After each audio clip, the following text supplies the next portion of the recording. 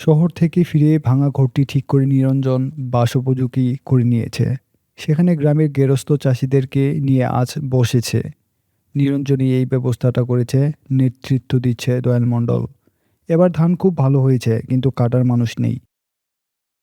যে দুর্ভিক্ষ গেল, এতে মানুষদের মনোবল ভেঙে গিয়েছে, কৃষকদের মনোবল ভেঙে গিয়েছে। অনেকেই অর্থের অভাবে জমি বিক্রি করে দিয়েছে অল্প মূল্যে। সেই জমির ধান এখন কাটবে কিভাবে? তাছাড়া জমিদারের খাজনা বাকি পড়েছে, জমিদার কি তার খাজনা মাফ করে দিবে? জমিদার একটা নির্দিষ্ট সময় বেঁধে দিয়েছে ধান কেটে নেওয়ার জন্য। এত ধান এই অল্প সময়ে কিভাবে কেটে শেষ করবে?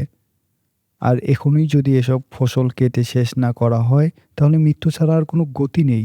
এরকম বিভিন্ন কথাবার্তা বলতে থাকে তারা। তারপর দয়াল সকলকে বলে, এই আমিনপুর গ্রামে ৪০-৫০ গেরস্থ ঘর রয়েছে। এর মধ্যে যারা অসুস্থ তাদের বাদ দিলেও শক্ত সামর্থ্য মানুষ পাওয়া যাবে প্রায় ২৫ ঘরের। তাহলে এই ২৫ ঘরের মানুষেরা মিলে যদি একসাথে কাজ করে, তাহলে কিন্তু কোনো সমস্যাই আর থাকবে না। সকলেই মিলেমিশে সকলের ক্ষেতের ধান কেটে দিবে। একসাথে ২৫টি হাত খেতে পড়লে শীঘ্রই ক্ষেতের ধান কাটা হয়ে যাবে। তারপর ধান বাড়িতে তুলতে হবে, সকলেই আনন্দ করে মিলেমিশে কাজ করতে হবে। এবং পুনরায় যদি দুর্ভিক্ষ হয়, তাহলে যেন এই গ্রামের মানুষদেরকে আর না খেতে পেয়ে মৃত্যুবরণ করতে হয়, এজন্য ধর্মগোলার ব্যবস্থা করতে হবে। অর্থাৎ প্রতিটি গেরস্থ বাড়ি থেকে নির্দিষ্ট পরিমাণ ধান নিয়ে একটি বড় গোলাই রাখা হবে। বিপদে আপদে সেখান থেকে ধান বের করে বিপদগ্রস্তকে দেওয়া হবে। দয়ালের এই প্রস্তাবটি সকলেই বেশ পছন্দ করল। সকলেই দয়ালের কথায় সম্মতি দিলে মিটিং ভেঙে গেল। রাতে আবার দয়ালের বাড়িতে মিটিং বসবে। সন্ধ্যার পর নিরঞ্জন বারান্দার উপর শুয়ে আছে, বিনোদিনী উঠানে ভাত রান্না করছে। এমন সময় কুঞ্জর কথা শোনা যাচ্ছে। কুঞ্জ এবং রাধিকা তাদের বাড়িতে ফিরে এসেছে, কিন্তু বাড়িটা তারা চিনতে পারছে না। ভাঙ্গা বাড়িটা যে নিরঞ্জন ঠিক করেছে সেটা তো আর কুঞ্জ জানে না। সে ভেবেছে তার ফেলে যাওয়া বাড়িটা সেই ভাঙ্গা অবস্থাতেই আছে, তাই সে বাড়িটাকে চিনতে পারছে না। তখন কুঞ্জর শব্দ শুনে নিরঞ্জন বেরিয়ে আসে। নিরঞ্জন আগন্তুকের পরিচয় জানতে চাইলে আগন্তুক জানতে চায় এখানে প্রধানের বাড়ি কোনটা। তখন এক কথায় দু কথায় কুঞ্জ নিরঞ্জনের গলা চিনতে পারে। কিছুক্ষণ পর নিরঞ্জনও কুঞ্জকে চিনতে পারে। কুঞ্জ নিরঞ্জনকে বুকে টেনে নেয়, রাধিকা জড়িয়ে ধরে বিনোদিনীকে। আনন্দে সকলেই কেঁদে ফেলে। কুঞ্জর বাড়ি সদ্য কাটা ফসলে উঠোন ভরে আছে। উঠোনের এক পাশে নিরঞ্জন বসে কাজ করছে, অন্য পাশে রাধিকা এবং বিনোদিনী কাজ করছে। নতুন ফসল পেয়ে সকলেই বেশ খুশি। একটা বিষয় নিয়ে রাধিকা এবং বিনোদিনীর মধ্যে খুব হাসাহাসি হচ্ছে। কিছুক্ষণ পর কুঞ্জ চলে আসে। সে ধর্মগুলোর জন্য নির্দিষ্ট যে ১০ কাঠা ধান দেওয়ার কথা হয়েছে সেটার বিষয়ে কথা বলতে থাকে। কুঞ্জ ১ কাঠা বেশি ধান দিবে ধর্মগুলায়। এই নিয়ে হাসিমুখর কথাবার্তার মাঝে দয়াল মণ্ডল আসে এখানে। দয়াল মণ্ডলও তাদের সাথে আনন্দে যোগ দেয়। নিরঞ্জন দয়ালকে জিজ্ঞেস করে, কদিন পরেই তো নবান্ন। প্রতি বছরের মতো এবারও নবান্ন উৎসব হবে কিনা? দয়াল বলে, অবশ্যই হবে। তখন নিরঞ্জন নবান্ন উৎসবে দয়ালের সাথে লাঠি খেলতে চায়। দয়াল তখন হেসে বলে, নিরঞ্জন যদি দয়ালের সাথে লাঠি খেলায় হেরে যায়, তাহলে সে যেন দয়ালকে ১ সের জিলাপি খাওয়ায়। নিরঞ্জন রাজি হয়। তারপর হাসতে হাসতে দয়াল চলে যায়। কুঞ্জ ধর্মগুলার ধানের হিসাব করতে করতে প্রধানের কথা স্মরণ করে। এই ধানগুলো প্রধানের ক্ষেতের, অথচ প্রধান এখানে নেই। এখানে প্রধান থাকলে খুবই খুশি হতো আজ। কত ফলন হয়েছে তার ক্ষেতে।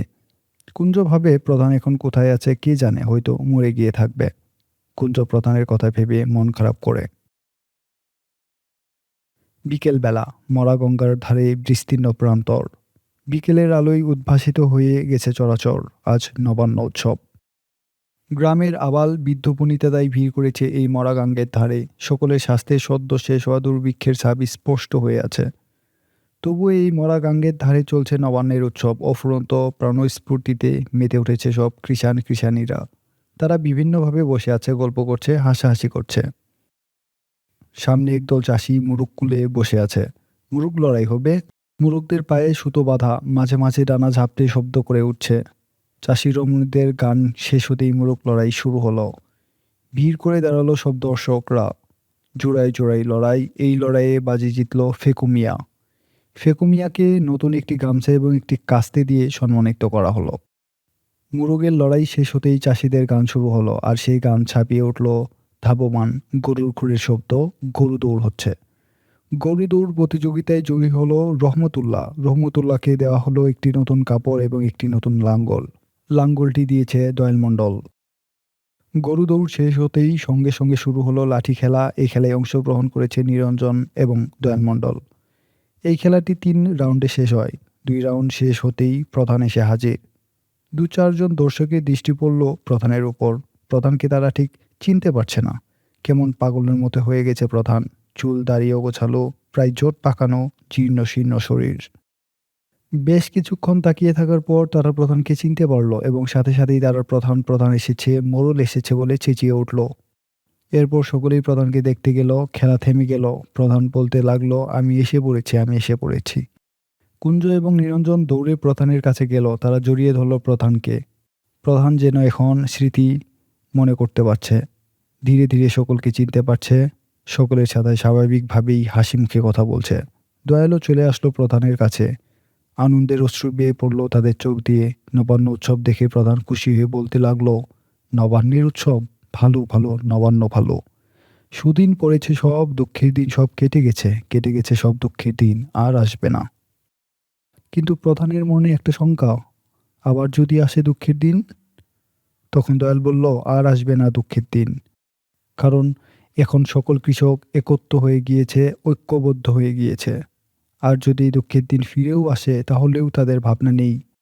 কারণ সকল কৃষক মিলে সেই দুঃসময়কে প্রতিহত করবে, প্রতিরোধ করবে, জোর প্রতিরোধ করবে।